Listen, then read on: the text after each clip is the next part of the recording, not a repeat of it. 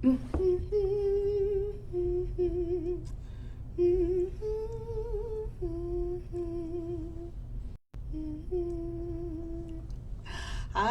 soul driven babes. How's it going? It's Venus. I came back.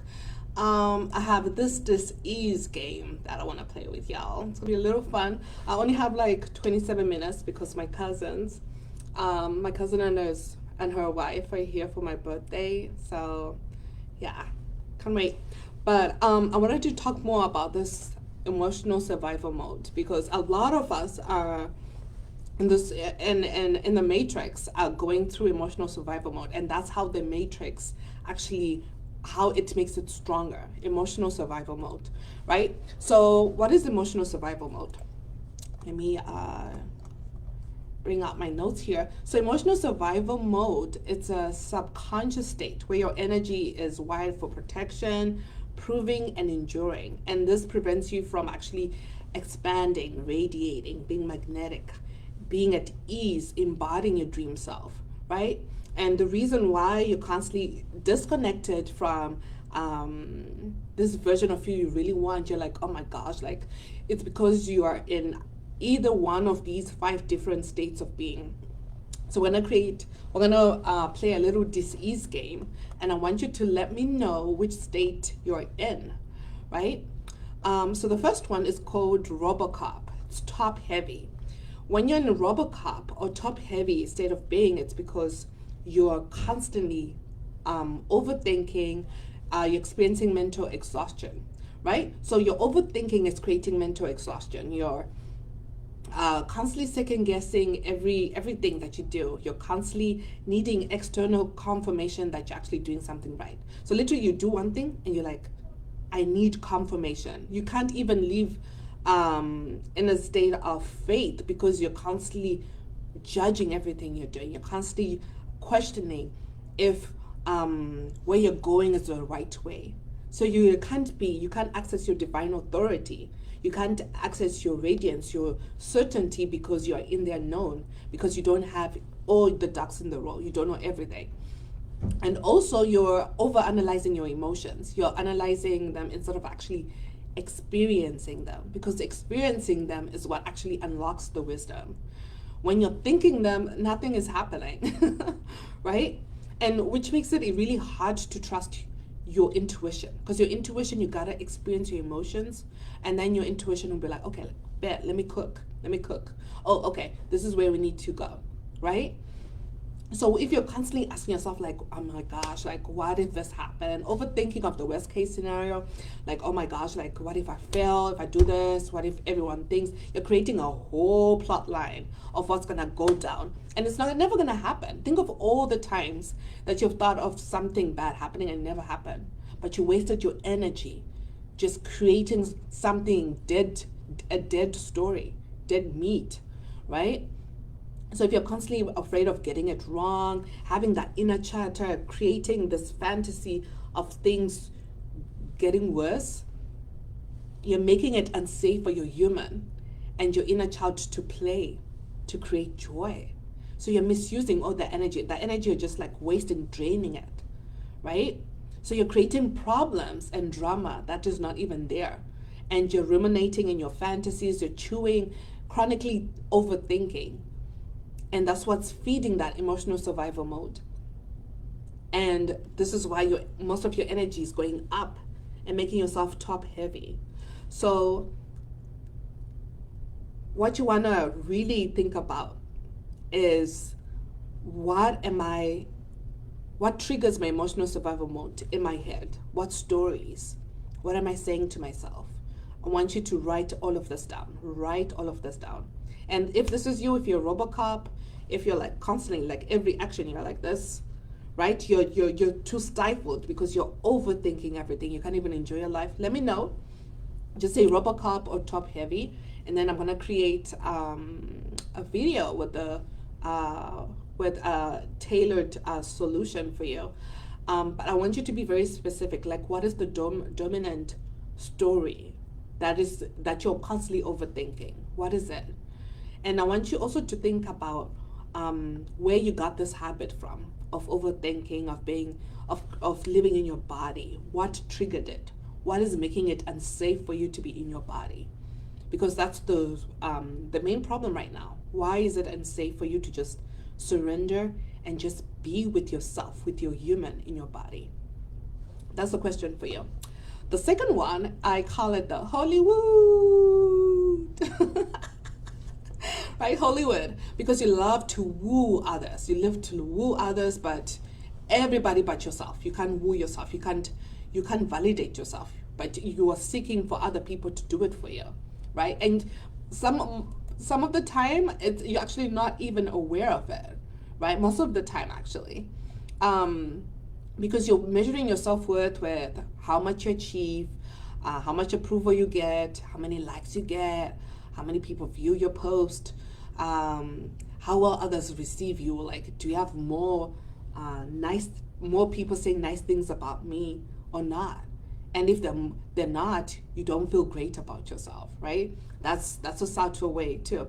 And if you consistently feel disconnected or dissatisfied when people don't acknowledge your efforts, right? Especially if you're in business, not everybody's gonna like your post because they're too busy moving. They're too busy taking what you said and working with it.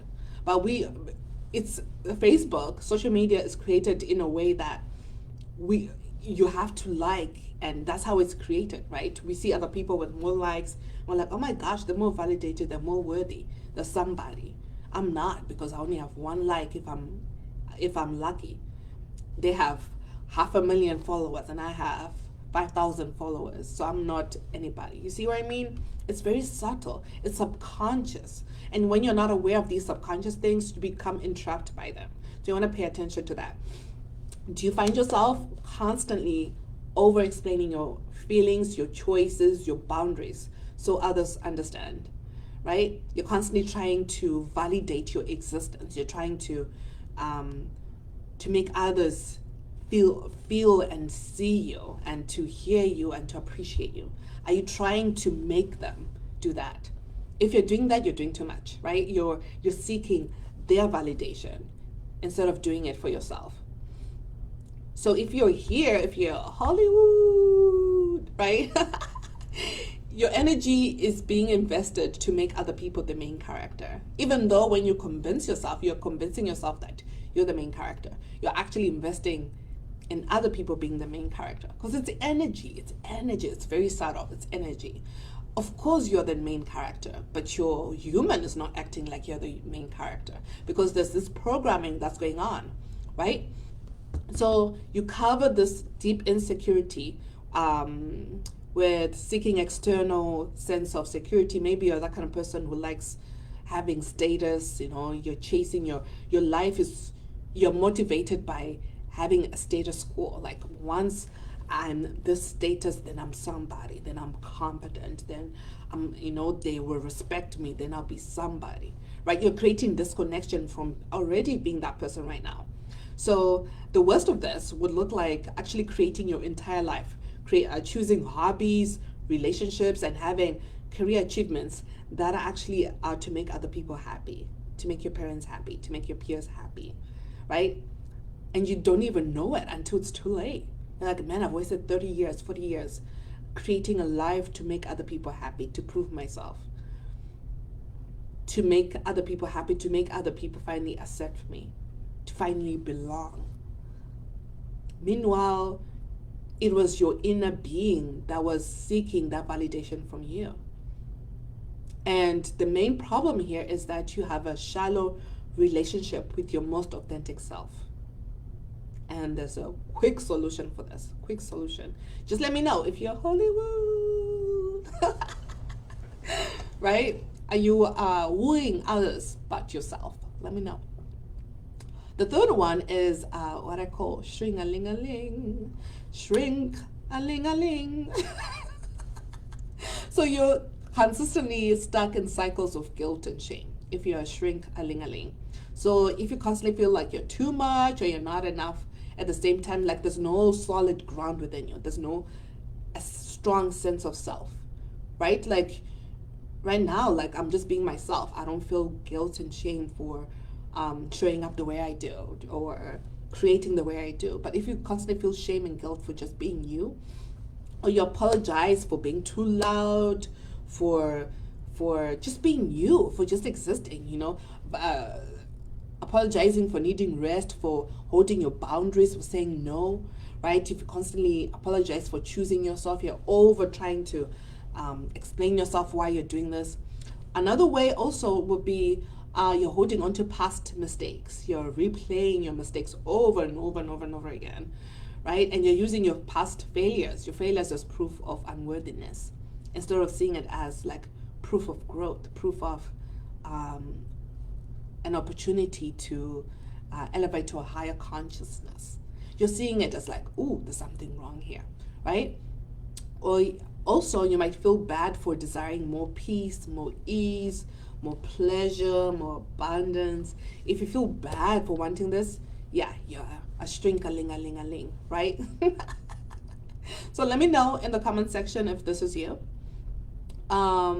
This might be coming from childhood or karmic wounds, where you have been emotionally manipulated into making someone feel better about themselves, right? So they believed that you had to dim your light so that they could feel better about themselves. So we will really want to tap into that. There's a quick solution for that too. Your Shrink-aling-aling might also look like your, the other name for this is, let's see, invisible royalty syndrome, right? This is another version of Shrink-aling-aling. It's when you're afraid of standing out and being fully seen in your power, right? So you're dimming your radiance because you fear rejection, because low-key you're trying to fit into people, into a club, you're trying to be associated with where you don't belong. But because you have unworthiness issues, they're afraid of venturing out elsewhere because this is all you know, and you're pedestaling these people. You're dimming yourself. You're dimming your organic radiance, right? You're feeling constantly uncomfortable receiving attention, praise, or success. And this being uncomfortable receiving might be coming from a subconscious belief that you have to earn receiving, right? We're going to be talking more about this one. Or you're also uncomfortable with attention, receiving attention, because you associate attention with being beat up, being criticized, being attacked, right? You might be uncomfortable with receiving praise because growing up, you're constantly beaten down by your parents. You're constantly beaten down by everyone around you. So hearing praise, it's weird, and you don't have to do anything for it. Whoa, that's uncomfortable. That doesn't validate my belief system. So no, I don't feel good about this. Or you feel uncomfortable being successful because when you're successful, that means life is good. That means that you're it. That means you're that person. And all your life, you've never felt like you're that person. So when you finally become that person, it challenges your current belief system, right? Maybe you struggle to fully claim your voice. Whew, this was a big one for me. I never liked my voice. And a big part of starting my podcast was so that I could reclaim my voice, so that I could actually create a safe space for me to just express myself, even without an audience. I just needed to do that for myself. So if you find yourself listening to you, recording yourself and saying, ew, ew, ew, or even when you look at yourself in the mirror saying, ew, ew, ew, yep, you are here. You're suffering from this syndrome, this invisible royalty syndrome. Let's see. Another thing would be not fully claiming your gifts and your unique essence. Your soul has a unique signature. Are you really tapped in, or are you judging that? Are you judging everything that you do and trapping it and dimming yourself? And also, if you feel isolated in your relationships, it's because you haven't created a safe space for this version, for your most authentic self. You're not expressing your true self, right? So let me know in the comment section. There's another quick solution for that. The next one is if you suffer from energy philanthropist syndrome. Are you an energy philanthropist? Because if you are, that means you're heading towards emotional burnout, if you haven't already experienced that. and you're leaking a lot of energy, right? So if you're constantly feeling drained after social interactions, it means that you've attracted an unhealthy dynamic, right? The person is taking from you more than they're giving. There's no give and take. And it's not a symbiotic relationship. For a healthy relationship, you need symbiotic relationships, the closest to you. But this one is the closest, it's closer to you. You brought it closer to you. And that's because you most probably haven't clarified what pours into you and what drains into you. Because when you become crystal clear on this, when you become crystal clear and you rearrange your life according to this, you start overflowing into others. So already I've given you the solution right here. My bad.